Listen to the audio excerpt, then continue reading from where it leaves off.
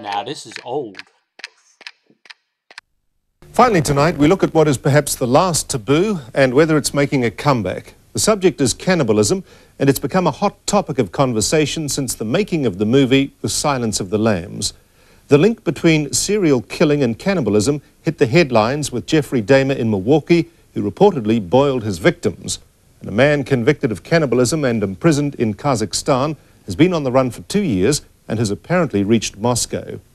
There has been virtually no academic research done on whether there's a significant connection between cannibalism and serial killing, as John Simpson reports in this item from BBC's Newsnight. Cannibal in Moscow, screams the latest edition of the Soviet newspaper Kuranty.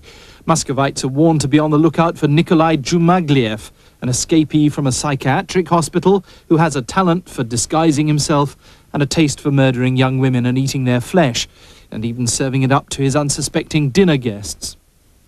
In my personal view, people are fascinated by the sheer lucid horror of this story. It's something like a vampire story, really, happening in a big city in one of the world capitals. That is why a story like this frightens people, but at the same time makes them read it, because it's something not down to earth. It's something exceptional in life. The Silence of the Lambs hasn't even reached Moscow yet. No doubt it'll be as popular there as it has been in Britain and America. Hollywood has realized that there's money to be made out of a story where the victim isn't just killed, but provides a square meal for the murderer. Dr. Hannibal Lecter is Nikolai Jumagliev, transferred to the widescreen. If people live together, they have to respect each other. And one of the basic understandings is that they don't actually destroy each other by eating each other. They don't turn against themselves for food.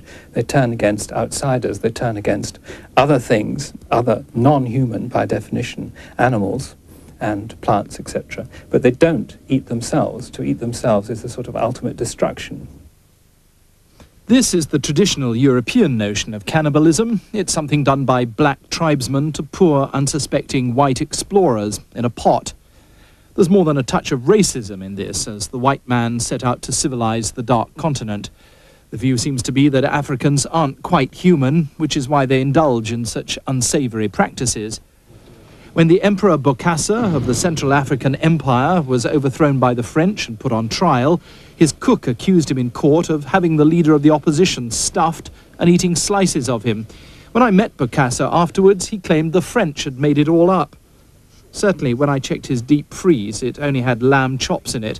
Perhaps his European enemies felt the accusation alone would convict him of the worst kind of primitive savagery. Yet cannibalism seems to have been quite often practiced at sea by British sailors in the last century. The last documented case of cannibalism in an English court was in July 1884, after the Minaret was wrecked in the Atlantic. 4 survivors found safety in one of the ship's dinghies. After 20 days at sea and with no rescue in sight, Captain Tom Dudley stabbed the cabin boy, Richard Parker. Dudley and the 2 companions survived by eating Parker's flesh and drinking his blood. But in England, 2 of the men were tried and sentenced to death, yet became popular heroes for their courage and were released after serving only 6 months in jail. It was fairly common. There are many references in it to newspapers of the time, and of course there were always shipwrecks happening. They happened on an amazing scale in the 19th century. And sailors did this when they ran out of food after them. They usually picked the person who was best to eat, or youngest, or least important. But what they said they did was draw lots. And they often said they'd drawn lots 2, 3, or even 4 times, and the lots had always fallen out the same way. But I think in truth they just fiddled the lots. But cannibalism for ritualistic reasons is part of a far older history. At Cheddar Gorge, suitably named, archaeologists have found pieces of human bone alongside flint tools of a meat-cutting type. The evidence suggested the victims had their flesh, brains and bone marrow removed. Eating your defeated enemies after a battle could be the ultimate mark of victory. Maybe, too, it was a way of acquiring their strength and abilities.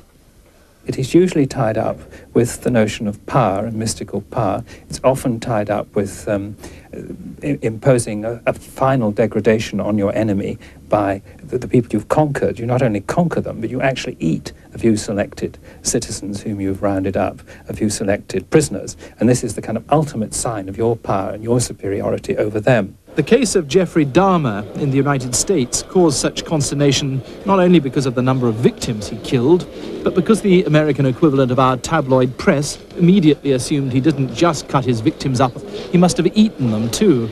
It doesn't seem now that he did. Jeffrey Dahmer chose a bad time to cook people.